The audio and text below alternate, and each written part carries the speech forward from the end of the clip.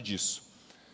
Em relação ao evento também do Simpósio Brasil-Sul de Avicultura, a COB também foi homenageada ontem, né, como uma das empresas parceiras desde o primeiro ano, desde a primeira edição desse evento. E, né, o evento dessa magnitude, com esse nível técnico que nós temos, não poderia ser diferente. Então, são momentos bastante emblemáticos para nós e que a gente quer valorizar demais.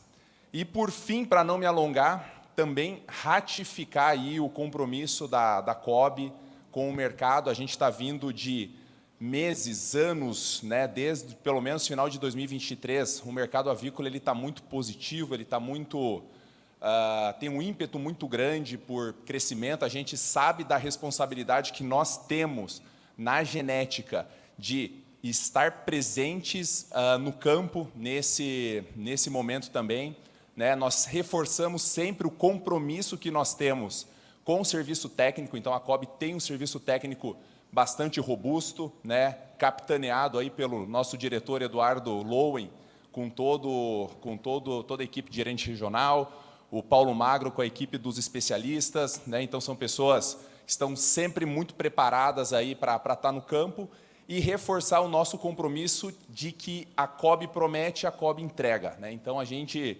está sendo também muito desafiado pelo mercado, querendo produto nesse momento. O que a gente se comprometeu, a gente tem feito, porque a gente sabe que o impacto do não cumprimento disso pode ser muito ruim aí para a ponta e para o cliente final. Tá ok? Pessoal, sem mais delongas, apresentar o Lucas Schneider, que provavelmente muitos de vocês conhecem. Lucas Schneider é nosso especialista de frango de corte. Ele vai ser o moderador desse mapa do sucesso para os resultados do COB. Passo a palavra para ele, para que ele apresente os demais convidados, aí, nossos ilustres convidados, para comentar, para conversar com vocês. Obrigado. Obrigado, Gustavo. Boa tarde a todos, pessoal. Tranquilo? Casa cheia, né? Ano passado também foi assim, muito bom. A gente fica muito feliz. E a gente pensou, dessa vez, num evento diferente, né? Conversando com o Vitor, a gente está pensando, né? Pensou, na verdade, em fazer algo que engajasse um pouco mais. Né? Não somente uma apresentação em si, não somente vir alguém aqui na frente, alguém que representa uma linha, falar sobre o manejo, falar sobre o que precisa ser feito, as melhores estratégias, dentro desse mapa de sucesso, os cases que a gente quer compartilhar com vocês hoje. A gente pensou em realmente trazer quem faz, certo? Trazer as pessoas que transformaram os resultados das nossas companhias, que realmente são vocês. Vocês no dia a dia transformam os resultados. Se vocês não comprarem uma ideia, de nada vale nós estarmos aqui. A gente precisa da ajuda de vocês para comprar a ideia, para que a gente consiga colocar em prática realmente aquilo que o produto necessita nesse momento, né? Então a gente pensou realmente, vamos trazer alguém, né, do campo, alguém que realmente está fazendo algo diferente, que tem se destacado, que mudou a dinâmica, né, do processo da nossa companhia, certo? Então, dentro disso, eu gostaria de convidar aqui à frente o João Nelson Tolfo, a Kelly Filete Martins, e a gente vai ter, por favor, podem sentar-se, a gente vai ter também conosco, né, o Diego Chaves. Ele trabalha na Pronaca, no Equador. Infelizmente, houve um acidente e ele não pôde estar aqui presente conosco em pessoa, né? Não foi autorizado pelo médico, teve que passar por um processo cirúrgico no ombro, mas vai estar conosco aqui compartilhando o seu case de sucesso online, né, para trazer essa informação para vocês, certo? Mais uma vez, pessoal, agradeço a participação de todos. Já gostaria de chamar à frente para começar a falar conosco e compartilhar de verdade, que é o grande objetivo disso, compartilhar conosco o João Nelson Tolfo. Né? O João Nelson é esposo e pai de 2 filhos, cristão, médico veterinário, na avicultura desde 2008, e atuando como extensionista rural, supervisor de frango de corte, gerente agropecuário e especialista corporativo de frangos de corte. Trabalhou durante 10 anos na BRF e atualmente atua como especialista de frango de corte na Seara JBS. Então, uma salva de palmas para o João Nelson. Está contigo a palavra, meu irmão. Obrigado, Lucas. Vou descer aqui. Boa tarde, pessoal. Satisfação estar aqui com todos vocês. Obrigado a Lucas, obrigado ao pessoal da COB já pelo convite. Espero poder compartilhar algumas boas práticas, algumas estratégias que as nossas unidades, pós parceria com COB, pós visita dos especialistas, o Lucas, Zé Luiz, enfim, todos que nos acompanham aí, entendendo o que nós teríamos que fazer, vou passar algumas estratégias aí que nós aplicamos a campo e que deram resultados muito positivos para o nosso resultado. Vou passar aqui. Pessoal, antes de entrar em detalhes talvez mais técnicos e conceituais, não tem como não falar um pouquinho sobre extensão rural. Então, tudo que eu vou falar aqui tem muita ferramenta de extensão rural por trás, tem muita metodologia, pensando que adulto não tem mente vazia. Então, são coisas muito diferentes nós ensinarmos uma criança, a pedagogia, ou ensinarmos adultos, e aí a gente fala de andragogia. Nós temos nossas crenças, nossas culturas, nós temos nosso jeitão de fazer, nós temos o nosso estilo, sempre trabalhamos dessa forma, sempre fiz assim. Agora vem o Lucas aí, fala algumas coisas para nós, e totalmente diferente do que a gente vinha fazendo.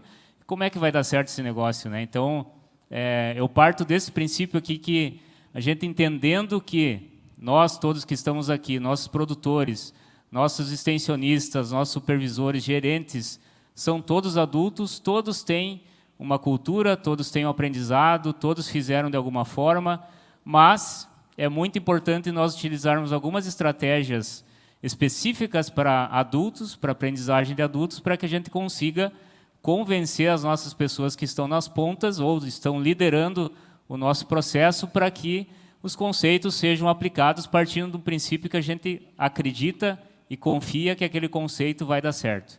Então, a gente vai falar um pouquinho também de extensão rural. Começamos o trabalho lá em março de 2024, ano passado. Vou contar até uma história um pouco engraçada. Eu estava em Itajaí e o Lucas tinha feito uma visita, eu acho que em Brasília. O Lucas tinha feito uma visita em Brasília e outra colega minha da área corporativa acompanhou o Lucas lá e trouxe o relatório. E aí a Anne, que era a minha gestora até então na Seara, falou: João, dá uma olhada no relatório do Lucas aqui, que eu quero que tu tire tuas conclusões e depois tu me passa um feedback. A primeira página já que eu li, já me apavorei um pouco. O que o Lucas está fazendo, cara? Conheço o Lucas há tanto tempo, o Zé também. O que estão falando aí de ventilar bem mais, de temperatura inicial, começar alojando com 30 graus, 31 graus? Meu Deus do céu, Só falei isso para a Anne. Mas depois, pensando um pouquinho, eu vou ter que ir lá ver. Aí tinha a visita em Passo Fundo, Vou lá em Passo Fundo acompanhar o Lucas na visita. E aí entra a parte de extensão rural. Como que o Lucas, o Zé, como que eles fazem esse trabalho de convencimento de nós também, que somos adultos e precisamos ser convencidos de que aquilo vai dar certo e aquilo funciona. Então, a metodologia usada também é muito importante para o nosso convencimento.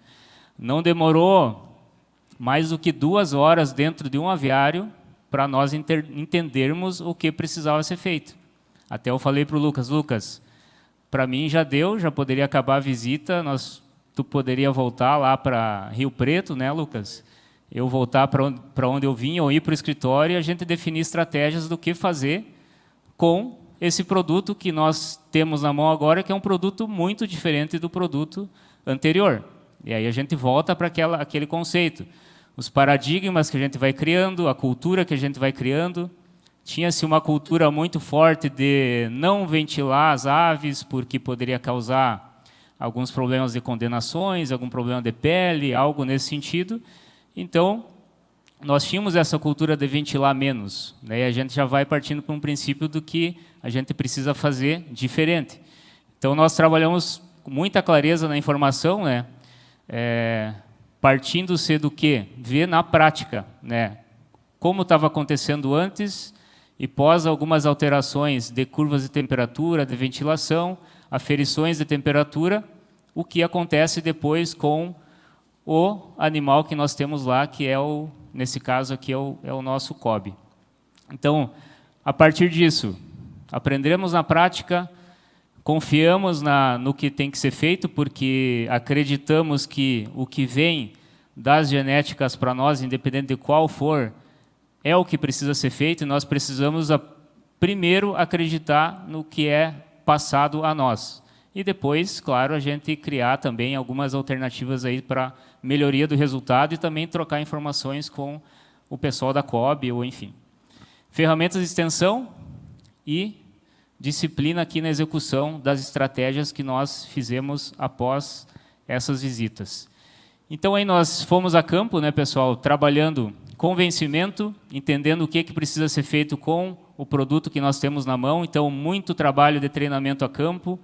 A equipe técnica, aí, as equipes técnicas, né, das nossas unidades, trabalhando em conjunto, mostrando para os produtores o que precisava ser feito, o que precisa medir, qual o comportamento ideal, partindo de princípios aí que nós temos esse produto com características diferentes, um produto que ele tem uma voracidade bem maior, comendo mais ele produz mais calor, produz também mais água, consome mais água, devolve mais água para o galpão, então a gente precisa estar muito atento às ventilações também nesse sentido, e com isso a gente colhendo os resultados aí posteriores.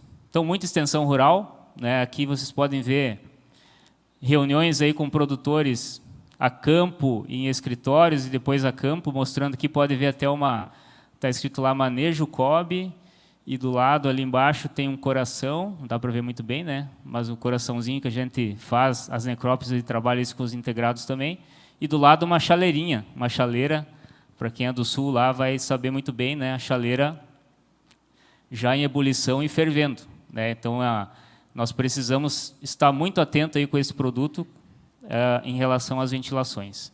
E assim por diante, né? Boas práticas.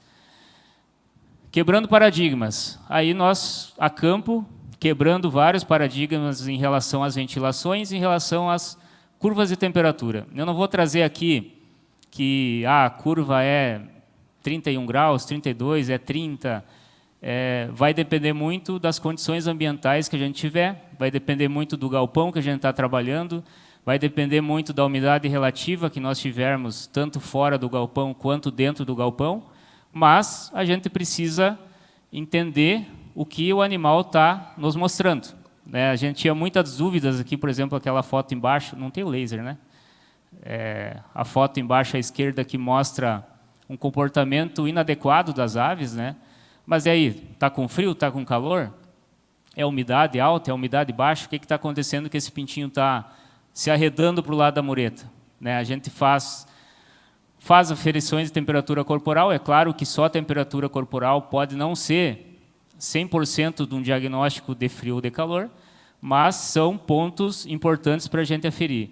Temperatura de chegada do pintinho do caminhão, né? As cadeias anteriores também, que depois os colegas vão comentar aqui, são muito importantes também para chegada de um pintinho não em estresse calórico já na granja, né? Porque isso também causa diversos problemas para nós. E aí a gente vai trabalhando o antes e o depois. E aqui, como que eu passo o vídeo, será? Só clicar? E aqui tem alguns exemplos, né? Aqui os paradigmas que nós tínhamos anteriores. Altas temperaturas de alojamento, 34 graus, 33 graus, né? Focando em pré-aquecimento de cama, mas esquecendo da temperatura ambiente. Aqui é o mesmo cenário da foto mesmo aviário da foto da esquerda de vocês, né? E aqui nós já fazendo ventilações muito mais forçadas, um pintinho aí de 3, 4 dias, e esse pintinho, inacreditavelmente para nós, né, na hora, levantando, comendo, tomando água e tendo um comportamento adequado, com temperaturas mais baixas e com ventilações bem maiores do que nós estávamos fazendo. Aqui outro vídeo, já uma idade um pouco mais avançada, né?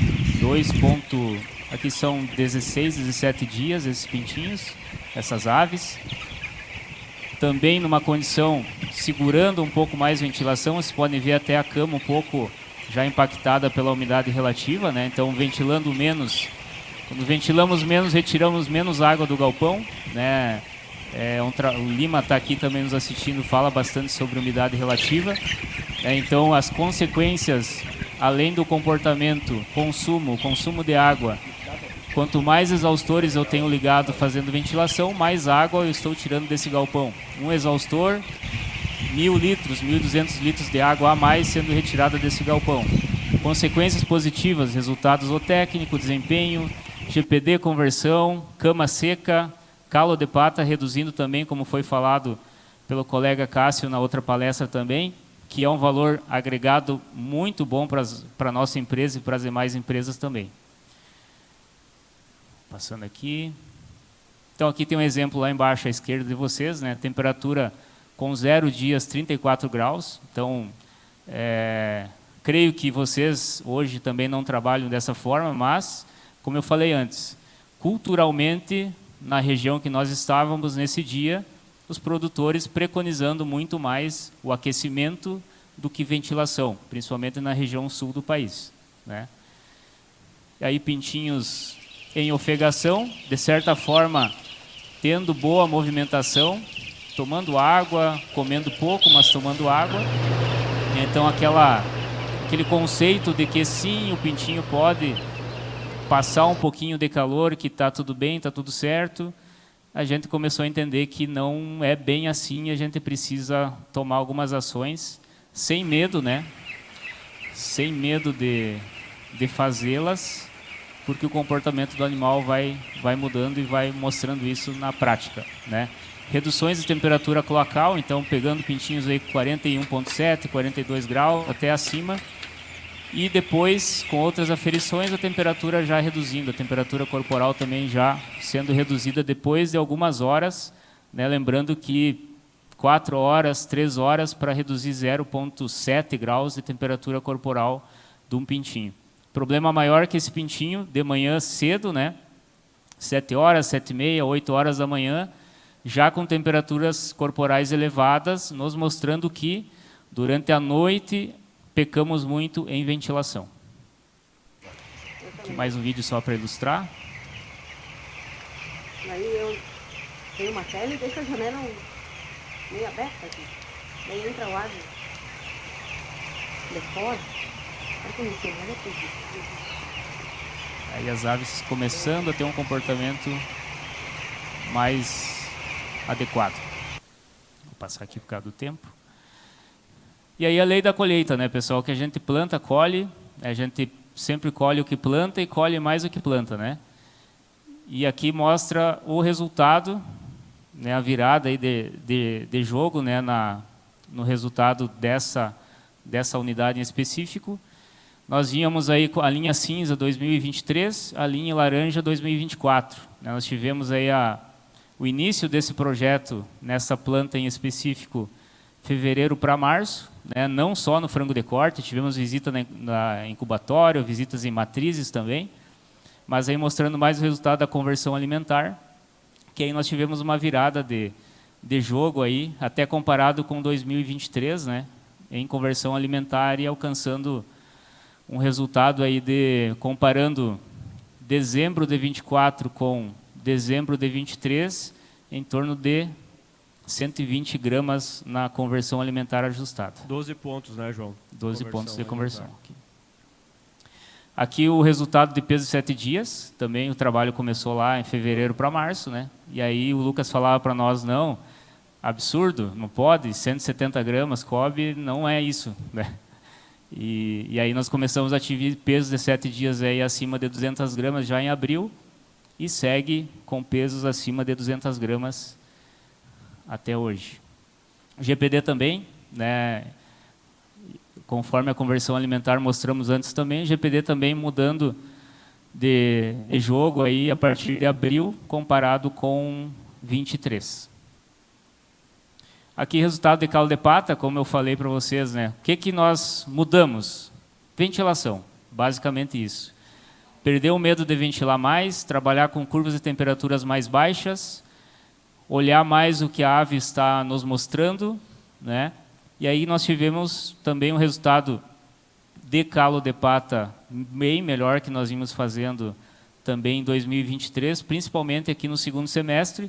E lembrando que lá na região nós tivemos a enchente em maio, né, que acabou impactando também, mas depois o resultado voltou para os patamares que nós gostaríamos de ter. Como foi feito o trabalho?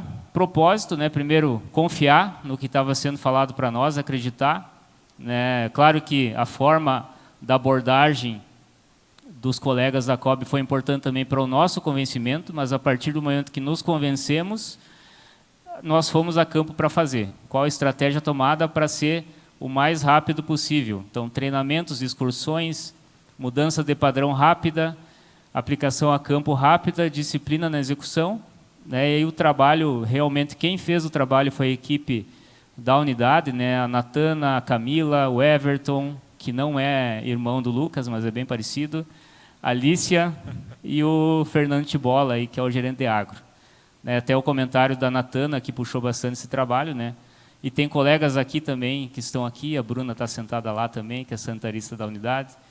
O trabalho da COB, do COB, né, que nós chamamos Projeto COB, foi um divisor de águas para a equipe. Agora eles têm certeza de que podemos fazer qualquer coisa e o trabalho foi feito com amor e propósito. Então, se não colocar amor, propósito, se as lideranças não confiarem no trabalho, não vai acontecer. Então, esse é o recado que nós deixamos aí para vocês no dia de hoje. E aí eu passo a palavra para o Lucas. Isso aí, João. Obrigado, viu? Vamos fazer um... Pode sentar, fica à vontade. Pode sentar, fica... Vamos fazer um rápido bate-bola aí, que foi bem objetivo, João. Tu falou aí um negócio muito importante, que é a questão da confiança e as ferramentas com que a gente aplica os conceitos. E aí, dentro disso, o que tu vê hoje como primordial para nós chegarmos ao produtor no dia a dia? A grande dificuldade hoje que a gente tem, que na extensão, a gente conversa com vários colegas, aí na extensão hoje a gente tem muito processo burocrático, né, pessoal? A gente acaba não tendo tempo para fazer mais a parte técnica do nosso negócio mesmo. A gente tem que fazer uma visita às vezes de 5, 10, 15 minutos.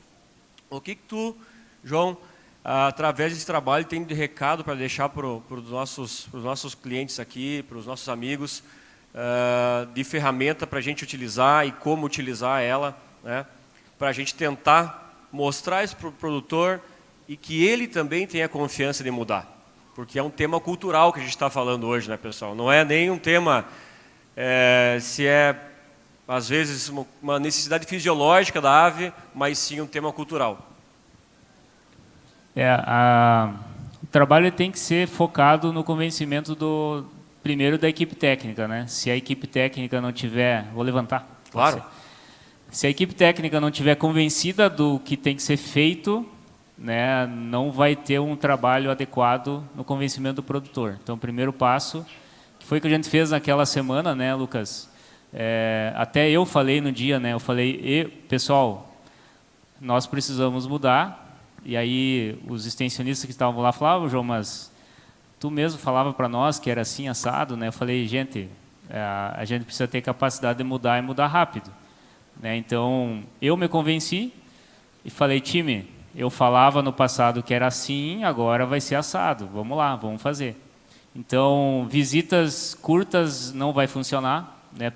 Para convencimento de produtor, aí falando para o produtor, a gente precisa gastar um tempo, porque as mudanças ambientais que a gente faz na granja A gente não pode virar as costas em 30 minutos e pegar o carro e sair, então a gente vai ter que gastar um tempo, principalmente nas primeiras visitas de convencimento. Então tem que fazer junto, tem que estar lá com o produtor, tem que ventilar mais ou ventilar menos, ou aquecer mais ou aquecer menos, aferir temperatura, fazer necrópsia, mostrar o que o estresse calórico impacta na ave, e aí a gente consegue convencer os produtores a fazer. Então, eu penso que é dessa forma. O adulto vai aprender na prática. Se a gente despejar a informação, como estava no primeiro slide, na cabeça do adulto, ele não vai fazer. Não, quem tem que decidir fazer é o produtor que está lá na ponta, é o adulto. Perfeito, João. Não, completamente de acordo. E é o que a gente vê, pessoal. Nas nossas visitas que a gente faz, com muitos de vocês, a gente já fez visita, a gente fica 3 horas no galpão. Para conseguir mostrar um conceito desse, se nós não ficar 2, 3 horas em um galpão, a gente não consegue, gente. A gente não consegue. E aí é o que eu digo para vocês, como que nós vamos aplicar isso no dia a dia, exatamente como tu falou. As visitas mais estratégicas, a gente ser mais assertivo nessas visitas. A gente quer visitar 10, 15 aviários num dia. Não precisa disso. Para quem é produtor que está aqui, né, o Jonathan, a Ângela, sabem da rotina. Vou aproveitar e vou usar uma frase do nosso diretor José Antônio Ribas. Ele fala assim: nenhum produtor levanta 2, 3 vezes de madrugada para ir para o seu aviário e fazer algo errado. Ele faz porque ele acredita que aquilo ali está certo. Nossa função é mudar os paradigmas daquele produtor. Então, ele não vai fazer isso para errar, para estragar o lote dele. Então, a gente vai ter que convencer. Aí a ferramenta, manejo, pessoal, a ferramenta extensão rural, ela é primordial para a gente virar esse jogo aí e, com certeza, tirar melhores resultados. Vamos lá. Agora, seguindo, eu vou chamar aqui, pessoal, o nosso amigo Diego Chaves. Ele é médico veterinário, mestre, gerente de produção de frango de corte lá na Pronaca, com mais de 20 anos de experiência em produção animal, nutrição e manejo. Ele foi professor de pós-graduação na Universidade Central do Equador, equatoriano, e fez a Faculdade de Medicina Veterinária e Zootecnia na Universidade das Forças Armadas do Equador. E atualmente o Diego Chaves ele é presidente da Associação dos Médicos Veterinários do país do Equador. E gostaria de chamar... Diego, você já consegue me escutar? Ele vai fazer online, pessoal. ¿Me escucha bien, hermano?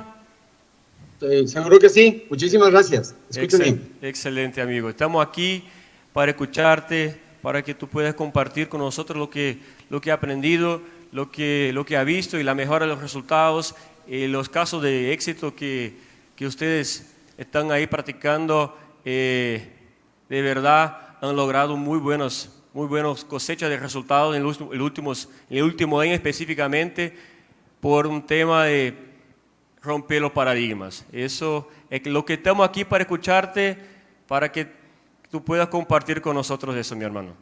Estamos ahí sí. a la orden siempre. Está contigo, amigo. Muchísimas gracias. Bueno, una buena tarde a todos y muchas gracias por atender esta conversación. Me hubiera encantado estar con ustedes, pero lamentablemente tuve un accidente, por esa razón no me encuentro en Brasil. Quiero contarles, yo trabajo en Ecuador, estoy en una compañía que produce alrededor de 70 millones de pollos al año. Nuestro país es un país bendecido, estamos en la mitad del mundo, exactamente sobre la línea ecuatorial. Lo interesante de nuestro país es que tiene un clima que varía entre invierno y verano. Como empresa, nosotros compramos reproductoras en importación, las criamos, tenemos reproductoras en producción, tenemos incubadoras, tenemos también producción de pollo de engorde en más de 70 granjas y, lógicamente, tenemos más de 700 galpones involucrados en la producción de pollos de engorde. ¿Por qué me refiero a este tema? Porque cuando uno encuentra una oportunidad y la explora, lo más importante es llegar a cada una de las personas que necesita esta información. Y tal vez el reto está en poder llevar las mejores prácticas hacia la gente que necesita hacerlas en las unidades productivas. Nuestro clima, como les contaba, tenemos una época muy diferenciada. Esto es enero de cada año hasta diciembre. Y ustedes van a notar que los primeros meses del año son más calientes, más húmedos, y luego la temperatura baja y se vuelve un poco más amigable para la producción de aves en el Ecuador. ¿Cuál es el desafío que enfrentábamos? ¿Qué es el tema que nos invitó o nos buscó a buscar ayuda y acercarnos más al equipo técnico de COB con todos sus especialistas? Veníamos mirando un tema de mortalidad en las aves que criábamos, que se iba incrementando. Nuestras mortalidades, como ven en la lámina, eran alrededor de 6.5 hacia el 2021. En el 2022, con todos los problemas que enfrentamos en el país, la mortalidad no se mejoró, sino que empeoró. Y para el 2023 verdaderamente estábamos muy preocupados. Y básicamente lo que nos preocupaba es que teníamos animales en edad tardía que morían principalmente con problemas cardíacos. Había muchos animales postrados y esto estaba impactando importantemente a la compañía. En toda esta producción que tenemos, nosotros tenemos tanto granjas propias de la empresa como granjas de criadores que crían para nosotros, integrados. Y lógicamente, mortalidades de esa magnitud generan pérdidas a la compañía y también a la gente que cría animales para nosotros. Teníamos que encontrar como equipo una forma de resolverlo. El equipo técnico siempre ha estado muy cercano. El equipo técnico de COB tiene una particularidad de estar cerca y de compartir la información cuando encuentra oportunidades. Una de las primeras cosas que hicimos como equipo fue primero mirar la cadena de producción, porque claro, nosotros importamos las pollitas, las criamos, tenemos las reproductoras, tenemos huevos fértiles, los incubamos y luego llevamos a granjas de producción. Pero cuando uno quiere resolver problemas o quiere darle mayor velocidad a la cadena de producción, hay que mirar los temas de manera global. Hay que verlos como una sola cadena integrada. Cada uno de los eslabones es cliente y proveedor de la siguiente. Y es importante saber las novedades que tiene la etapa previa y cómo la etapa siguiente tiene demandas o necesidades. Es así que una vez que nos sentamos con el equipo técnico a mirar a nivel gerencial las oportunidades que teníamos, queríamos llevarlo hacia abajo, hacia el equipo de granjas. Definimos algunos puntos críticos. Uno, primero la incubación separada de las líneas genéticas. Definitivamente, ya desde hace algunos años, miramos en la información técnica que se comparte a nivel general, que las líneas genéticas tienen diferencias. Y una que marca es la generación de temperatura en las incubadoras en la etapa final de incubación. Tenemos una oportunidad en producción al reducir la temperatura de transporte de los pollos bebés. Claro, algunos cambios requieren inversión y posiblemente las compañías no todos los pueden ejecutar de manera inmediata. Por ejemplo, en el tema de transporte de pollo bebé, lo que nosotros comenzamos a mirar es la hora de transporte y tratar de transportar los bebés en una hora más fresca del día, evitando la temperatura de los rayos solares. Nuestros sistemas de transporte, nuestros vehículos, no son climatizados. Es una oportunidad que deberemos posiblemente capturar a futuro con inversión. La crianza, si bien la reproductora se cría y se produce o se reproduce separada por línea genética, nosotros en pollo teníamos crianza en conjunto. Criábamos muchas veces galpones o granjas con galpones de Kobe Ross. Lo que comenzamos a hacer es separar las líneas para tener galpones por línea genética. Eso nos permitió hacer un manejo acotado a cada línea, un manejo específico en cada línea.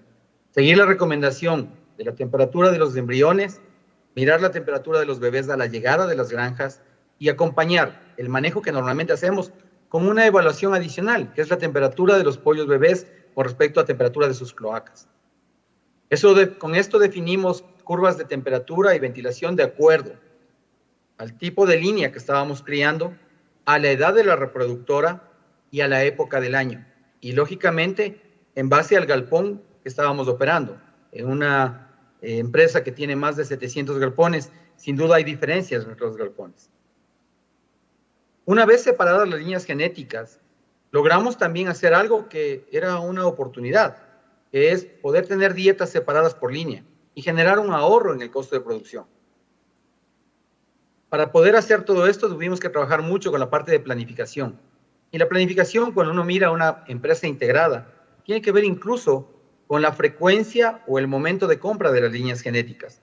¿Para qué? Para poder alojar las reproductoras de acuerdo a la secuencia que uno requiere y poder tener aguas abajo en los pollos de engorde las líneas un poco más juntas y tener grupos de animales más homogéneos. Tuvimos que definir definitivamente acciones de corto, de mediano y de largo plazo. Hay algunas que incluso hoy mismo no las hemos ejecutado todavía, porque estamos evaluando, por ejemplo, proveedores de vehículos climatizados para pollo bebé, estamos evaluando cambios de sistemas de ventilación en los galpones, que son una etapa posterior, pero habían cosas que sí podíamos hacer inmediatamente. Parte de esas cosas son temas simples.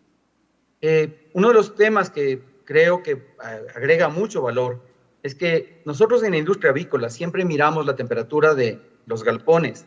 Nos preocupamos mucho de la temperatura del ambiente, nos preocupamos mucho de la temperatura de la cama, pero normalmente no nos preocupamos de la temperatura del paciente, es decir, no nos preocupamos de la temperatura del pollo bebé o del pollo. Definitivamente cuando hay un enfermo en casa, el médico llega y lo que mide la temperatura es del paciente, no mide la temperatura del ambiente. Entonces tenemos una oportunidad en tomar la temperatura de los bebés para saber cómo llegan y cómo los manejamos en la etapa final e incluso en la etapa tardía. Apoyados en el equipo técnico definimos parámetros sobre los cuales íbamos a manejar la temperatura con mínimos o máximos para evitar que los animales se sobrecalienten, sabiendo que desde la incubación demandan cosas diferentes. Esto nos llevó a generar básicamente 3 proyectos que tuvimos que implementar sobre la marcha. El primero, el tema de planificación para separar las líneas y darles un manejo por cada una de ellas. La segunda, que era un trabajo un poco más de detalle, era categorizar los galpones. ¿Por qué categorizarlos? Los galpones en el tiempo se van haciendo viejos. Hay galpones que están nuevos. Hay galpones que reemplazamos los sistemas de ventilación. Hay galpones que se han reemplazado el techo. Entonces no son iguales y los galpones podrían cargarse en función de su capacidad de enfriamiento. Entonces categorizamos los galpones. La otra cosa que hicimos, una vez separadas las líneas y pudiendo hacer un trabajo un poco más específico por tipo de línea genética, es hacer estrategias nutricionales en función del tamaño de las partículas, el tamaño de los pellets y las fases de alimentación. Los 3 proyectos los implementamos en diferentes épocas para tratar de mejorar los resultados. Sin duda que el acompañamiento del equipo técnico de COP fue importante porque fue con ellos con quienes definimos las oportunidades que debíamos de explorar. Había un qué hacer y nosotros teníamos el cómo hacerlo. Había que adaptar la recomendación a nuestra situación particular. A continuación quiero mostrarle algo de los resultados que conseguimos. Miren, en estas láminas ustedes miran el año 2023. Habíamos cerrado a nivel general con toda la producción global de la compañía en 6.55% de mortalidad. Para inicio del año 2024, del año anterior, si bien la mortalidad algo había bajado, pero todavía era una mortalidad alta para un pollo que nosotros rematamos, pollo de alrededor de 38, 39 días, con pesos cercanos de los 2.8 kilos. A medida que fuimos implementando los proyectos en base a las oportunidades de implementar acciones de corto plazo, la mortalidad fuimos reduciendo. Y ya para el siguiente periodo, desde mayo hasta diciembre, nuestra mortalidad comenzó a bajar ya a valores por debajo del 5%. ¿Qué está sucediendo justo ahora? Hoy enfrentamos uno de los inviernos más crudos que está enfrentando la región. Tenemos temperaturas extremas en la zona donde criamos los animales. Acotado al manejo que estamos haciendo, a la caracterización de galpones, a la estrategia nutricional, lo que tenemos hoy por hoy son mortalidades en la masa de toda la producción de la compañía cercano al 4%. Una característica de los animales que morían lamentablemente en edad tardía y que afectaban nuestra conversión era una dilatación del ventrículo derecho del corazón.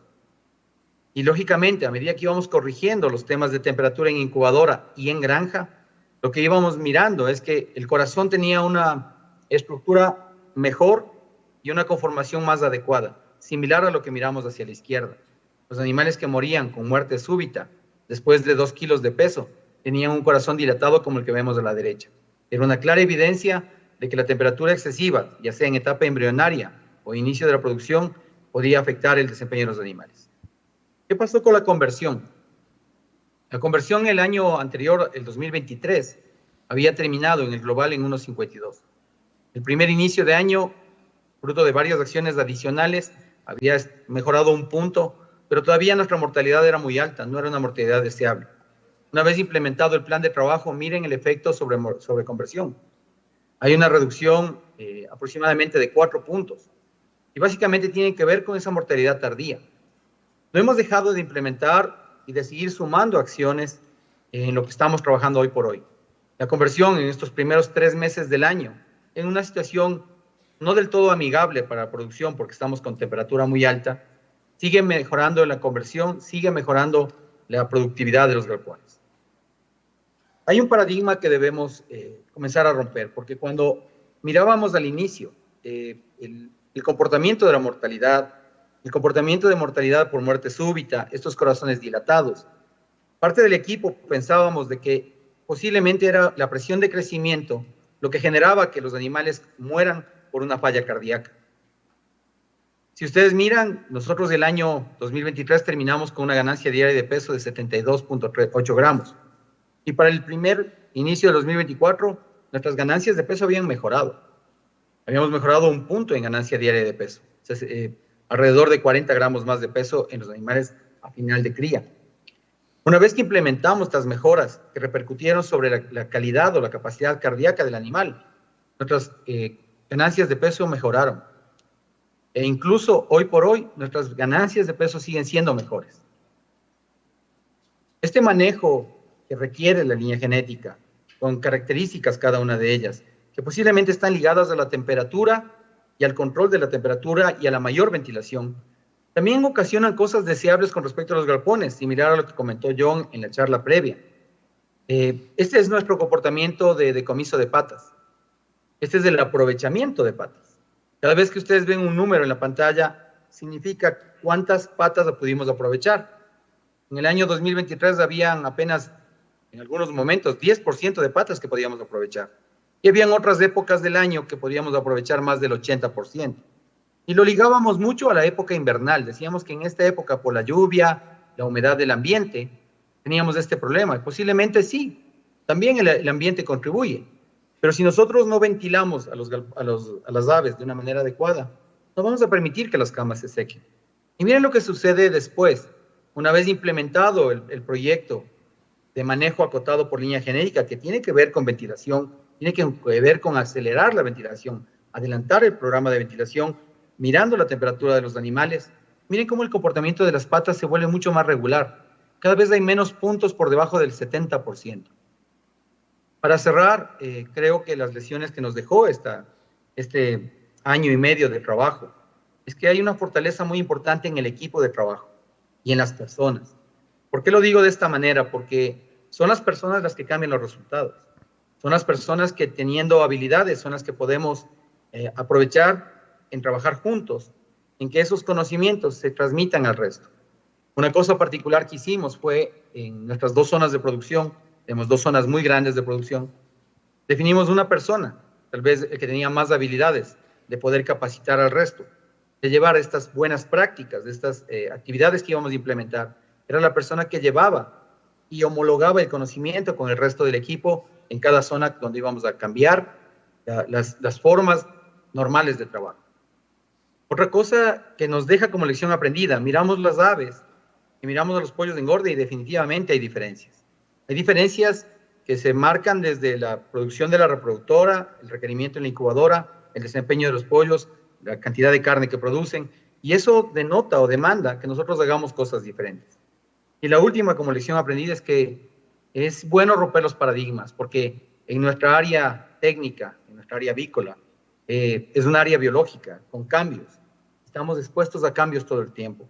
Estos cambios hay que explorarlos y hay que buscar las oportunidades. Una vez que las encontramos, hay que difundirlas y aprovecharlas para que haya mayor productividad y mejores resultados para las compañías y, sin duda, hacer más asequibles los productos de la gente.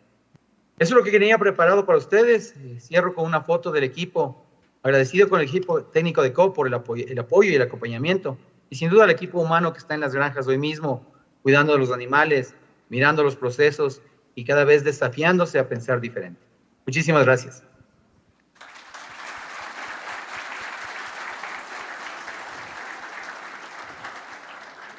Diego, un gusto saludarle, amigo. Gracias a ti por compartir con nosotros tu tiempo, también tu conocimiento, esa enseñanza para nosotros sí, siempre es de mucho valor, especialmente porque una vez más vienen de personas las que están involucradas en el día a día del proceso, están en las granjas, metidas en eso y haciendo siempre, buscando siempre el mejor.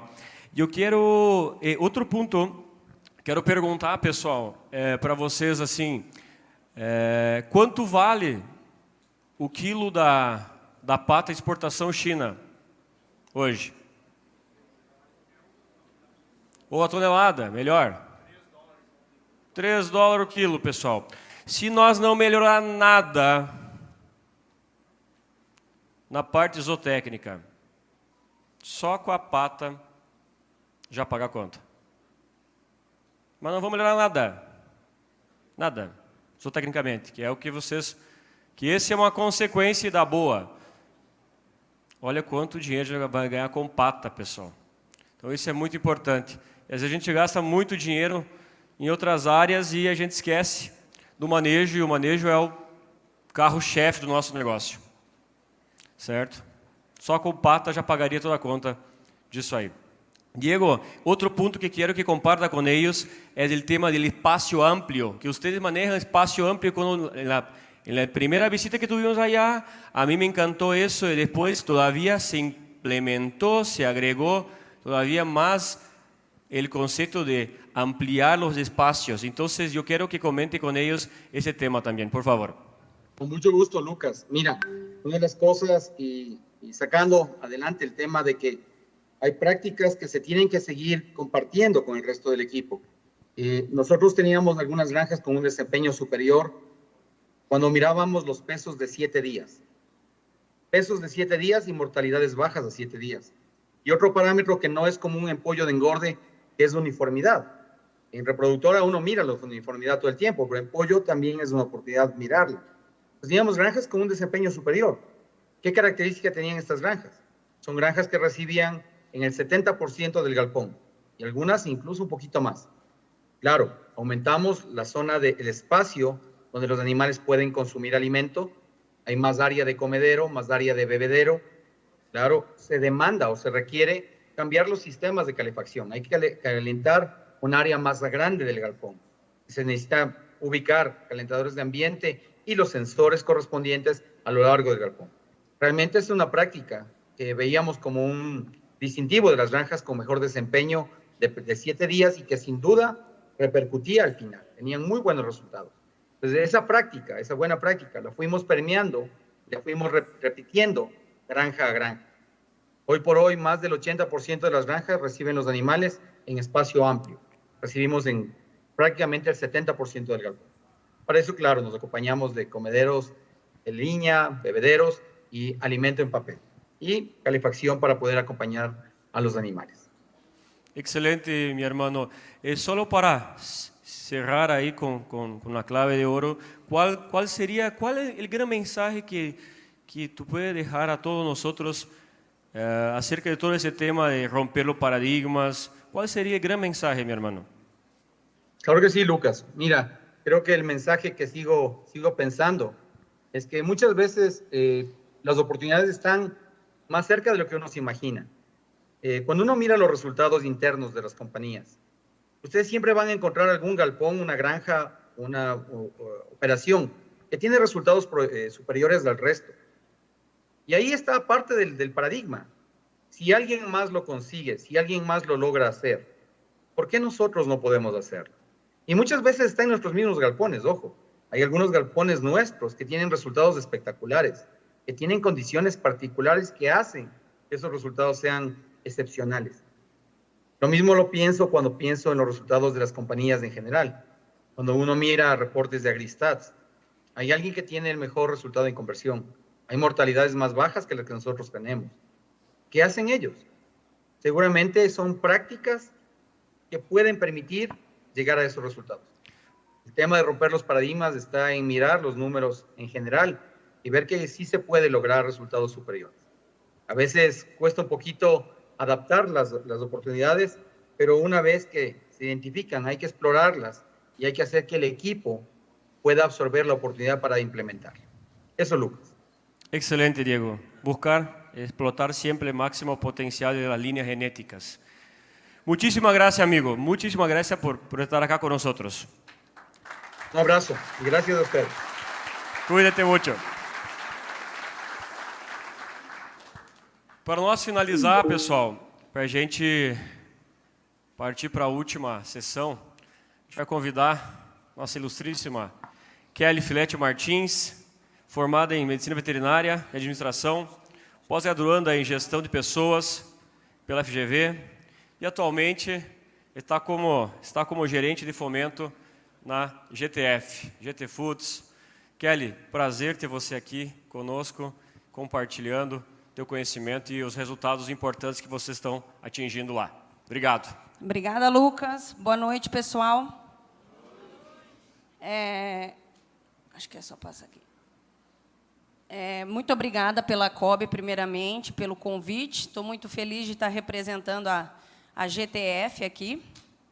E a minha missão hoje, né, em combinado com a COB, é o quê? A gente tentar trazer um pouco do que a gente faz, do que temos ainda por fazer e que a gente consegue extrair o máximo, né, da performance que essa ave consegue entregar.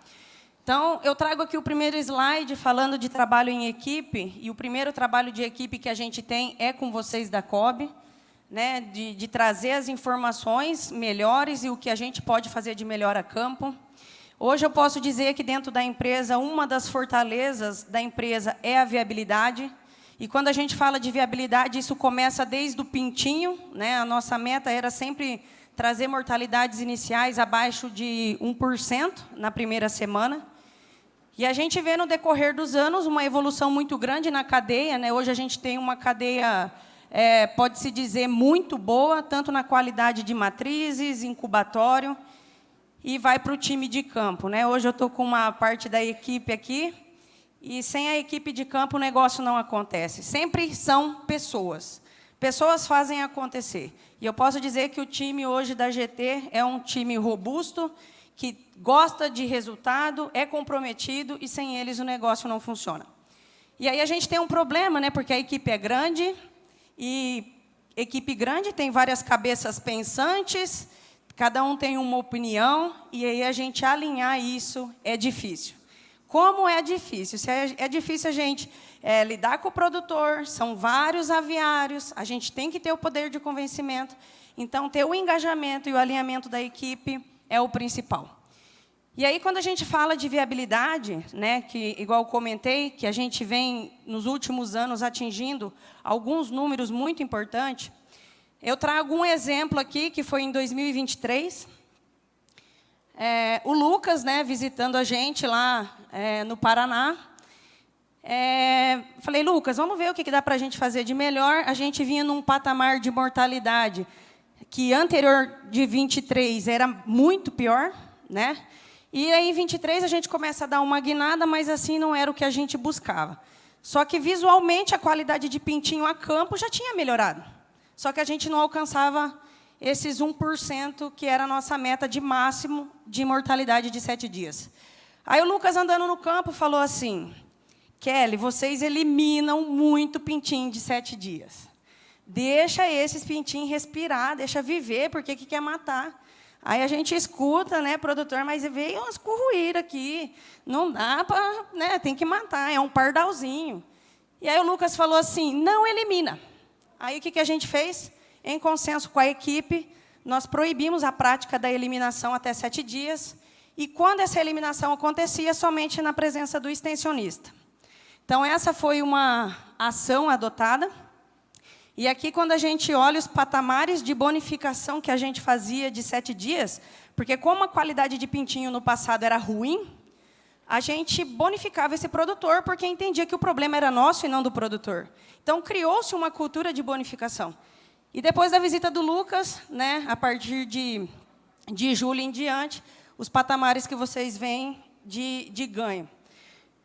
E aí aqui a gente traz, né, a evolução de 7 dias, Saímos aí de média de 1,33, né, no primeiro semestre, para 0,95 de 7 dias. E aí eu trago a de 14 dias aqui, porque era uma incógnita para nós.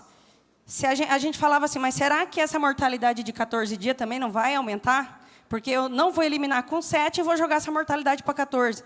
E aí a gente observa que foi o contrário, melhorou a de 14 dias também. Então, essa prática, e aí eu gosto de compartilhar isso, porque foi uma ideia vinda da COB, né, e era algo que a gente não acreditava. A gente melhorou 0,38% na mortalidade de 7 dias e 0,25% na de 14. Então, logicamente, essa aqui foi uma ação muito rápida, né, que era só não eliminar. Mas o que é importante, né, e é uma dificuldade do ser humano, e eu tomo por mim também, porque às vezes a gente é teimoso, e eu vejo que a humildade da gente tem que estar acima de qualquer coisa, porque às vezes a gente está bem, mas daqui a pouco não está mais. E o que você está fazendo? Vai te manter no patamar que você está? Às vezes não. Fazer a mesma coisa, às vezes não vai te manter ou até te alavancar. E aí as práticas, né, tudo que o pessoal sempre comenta, o que a gente pode fazer de melhor. E aí aqui eu trago os números que a gente ganhou, isso atendendo às demandas, orientações do Lucas, do Zé. Cadê o Zé Januário? Sempre esteve com a gente também. Então, a gente teve um ganho aí de praticamente um dia no abate, 5 gramas em peso de 7 dias, um GPD aí de 1,2, isso é o geral, macho, fêmea e misto, tudo junto, e 5 pontos na conversão real, né? Ganhamos também 0,7 mortalidade após 28 e 1,3 na viabilidade geral. E aí, quando a gente pega só o macho, né, o macho é uma máquina de carne, a gente vê também uma grande oportunidade na redução da idade de abate. Então, a importância, né, de a gente manejar para que ele consiga expressar o melhor que ele pode para melhorar esse desempenho e nos dar esse retorno. E aí, quando a gente pega aqui os machos, né, top 10 e os top 25, a gente percebe aqui, eu tenho um frango me entregando 84, 83 de GPD, com 3,5 kg, né? E me dando uma mortalidade de 4,8. E aí, por que eu gosto de falar isso aqui? Porque eu sempre falei que a mortalidade estava relacionada com o peso. Eu sempre me desculpei por não atender a viabilidade, falando que não dava para ganhar. Você vai perder alguma coisa, nós vamos ganhar em GPD, mas nós vamos perder em viabilidade. Frango pesado morre. E com o passar do tempo e mudanças de manejo, né, seguindo as recomendações, a gente entende que tem oportunidade. E também, né, tem oportunidade muito mais ainda para fazer, e não só o que a gente faz, principalmente na questão de mortalidade final. E aqui, né, pessoal, assim, um compilado de tudo, a não eliminação. Então, essa viabilidade que a gente ganha em 7 dias é importante. Lembrando que os nossos pintinhos são livres de antibióticos, não é feito antibióticos no incubatório. Seguindo as orientações, dá para fazer, dá para acontecer. Então, tem uma melhora expressiva dos indicadores. A questão do espaçamento, né, que foi falado pelo nosso colega anterior, a importância de dar um espaçamento adequado, não demorar muito. Temperatura, né, a temperatura corporal é algo que a gente não praticava. E é comum a gente chegar no aviário, ver pintinhos amontoados, 33 graus de painel, e a gente falar que o pintinho está com frio. E aumenta a temperatura. Aí, quando você vai aferir a temperatura corporal do pintinho, esse pintinho está com 42 graus. E nós fizemos isso na prática, pintinho de 41,5 graus, 42. Nós aumentamos a ventilação, ficamos no galpão 3 horas e meia, e o pintinho não reduziu a temperatura corporal. Era um dia calor, e a gente percebeu. Então, se o pintinho estava com 42 graus, e em 3 horas não reduziu essa temperatura, imagina quanto que esse pintinho não perdeu durante aquele dia todo, se a gente não tivesse feito a intervenção. Então, o recado que eu deixo é a importância de manter as curvas de temperaturas bem alinhadas. Nós também praticávamos aí temperaturas mais elevadas, e a gente vê que realmente precisa mudar. E manter uma renovação de ar bastante robusta para esse COB. Dentro do que ele precisa, a gente usa muito cálculos, todos os cálculos baseados na orientação da própria COB. E a gente saber que tem com quem contar, né? Na tristeza, na alegria, na saúde, na doença, né? A COB está junto com a gente. Então, era isso que eu tinha para passar para vocês. Agradeço em nome da GT aí a oportunidade. E é isso, pessoal.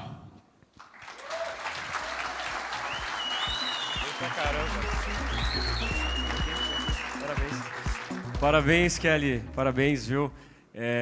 Pessoal, eu tenho certeza, vocês são um grande exemplo hoje para nós de que nós temos, assim como tem outros clientes aqui também que estão presentes, que a gente tem uma capacidade muito grande de buscar resultado ainda. Nós precisamos romper muitos paradigmas. A gente achou que o frango chegou num nível e daqui não vai mais. Nós estamos falando de lotes já, que aqueles já tem lotes, e hoje eu falei com o meu amigo Anderson aqui, de mais de 90 gramas de GPD. Mais de 90 gramas de GPD, pessoal. Nós nunca vimos isso na vida. Então, nós precisamos realmente fazer algumas coisas diferentes com esse manejo desse animal que expressa tanto seu potencial. Então, Chico cobriu bem, viu, Kelly, aquilo que você se propôs a trazer para nós, né? E para pensar, gente, numa melhora aos 7 dias de 0,5% a um frango de 3,4 kg, quanto quilo a mais de carne nós botamos lá dentro do frigorífico? Quantos quilos, gente, nós botamos mais? Ah, pintinho não tem problema, porque pintinho não influencia na conversão alimentar. Mas quantos quilos, quanto de lucro cessante nós estamos deixando passar? E às vezes por atitude. Então, assim, eu queria compartilhar um pouco das 3 apresentações e fazer um fecha, assim, no sentido, né, nós já estamos adiantados também da hora, fazer um fecha com a seguinte mensagem. Depois, Kelly, tu também, por favor, traz a tua mensagem final. E a gente vai abrir para perguntas. É atitude, pessoal. Nós precisamos fazer uma coisa diferente. Nós estamos aqui para ajudar. A gente não sabe tudo, muito pelo contrário, nós estamos aprendendo. Eu fui na Bolívia lá, hein, Jimmy? Eu fui na Bolívia e fui aprender com os bolivianos, pessoal. Se eu trouxer amanhã um cara do Equador, no verão, ele vai alojar o galpão nas mesmas condições que vocês têm, ele vai alojar o galpão inteiro full. Não é que vocês estão fazendo, né, André? Né, José? Na lar. Estão fazendo agora. Então, tem muita oportunidade. Como disse o Éder hoje de manhã, tem milhares de oportunidades, pessoal. O que a gente quer trazer para vocês, e o grande objetivo de hoje, é pensar que nós temos que romper, quebrar alguns paradigmas. Essa é a grande mensagem. Certo? Então, sim, Kelly, deixo contigo para a mensagem final, né, o que você acredita que na GT, né, fez a diferença e vai fazer, porque vocês têm um potencial ainda maior para buscar mais. Assim, ó, o que eu vejo, né, igual eu já comentei, a gente tem que ter humildade de saber desaprender e reaprender, porque cada dia muda, o que era há 2 anos já não é mais. E que bom, Lucas, que tem você, o Zé, que nos atende lá, que você tira a gente da nossa zona de conforto, coloca o dedo na ferida e roda, porque o Lucas faz isso. Não. E isso é muito bom, porque mostra para a gente que a gente tem oportunidade e que, às vezes, você acha que você está bem, mas sempre tem mais o que melhorar. Sempre. Ninguém é perfeito e é uma constante evolução. E é vocês, assim, que estão no dia a dia e que acaba nos ajudando muito. Obrigado, Kelly, mais uma vez pela tua excelente apresentação aqui, por estar com a gente e ter comprado essa ideia conosco, tá? Pessoal, vocês têm alguma pergunta, alguma dúvida que vocês queiram perguntar e tirar? De novo, o objetivo era trazer um pouco das pessoas que fazem o dia a dia, compartilhar com vocês, não somente a gente está expondo isso, né? Mas sim os profissionais do mercado. O que vocês têm aí? Fique à vontade, viu, pessoal? Querem perguntar alguma coisa? Moacir, tem o microfone aí rodando? Alguma coisa? Alguém quiser perguntar? Se não tiver pergunta, pessoal, vou chamar... Tem uma pergunta aí? Quem? Eu vou chamar depois o Vitor Hugo aqui para fazer só um fecha para nós. Para encerrar o evento, gente. Quem que é? Quem que é? Quem que é? Que eu não vi. Agora que você apareceu. Quem que é que fez a pergunta? Não tem. Vamos lá. Vitão, faz para nós o fecha. Tá, pessoal, a gente quis modificar um pouco o estilo da discussão, porque nós não queríamos repetir a mesma coisa sempre. Nós queríamos somente reforçar que as tecnologias existem e que, se aplicar, elas dão resultados. Tá? E realmente foi muito bom. Muito obrigado, João. Muito obrigado, Kelly. Obrigado por ter vindo, se exposto aqui e compartilhar conosco e compartilhar com todos os outros clientes, né? Isso foi uma coisa muito bacana, muito bonito. Muito obrigado mesmo. Muito obrigado a todos aqui. Nós temos um coquetel agora. Eu não quero atrapalhar o nosso relaxamento após um dia extenso como esse. Obrigado, pessoal. Até lá. Valeu, Vitão. Obrigado, gente. Um abraço a todos.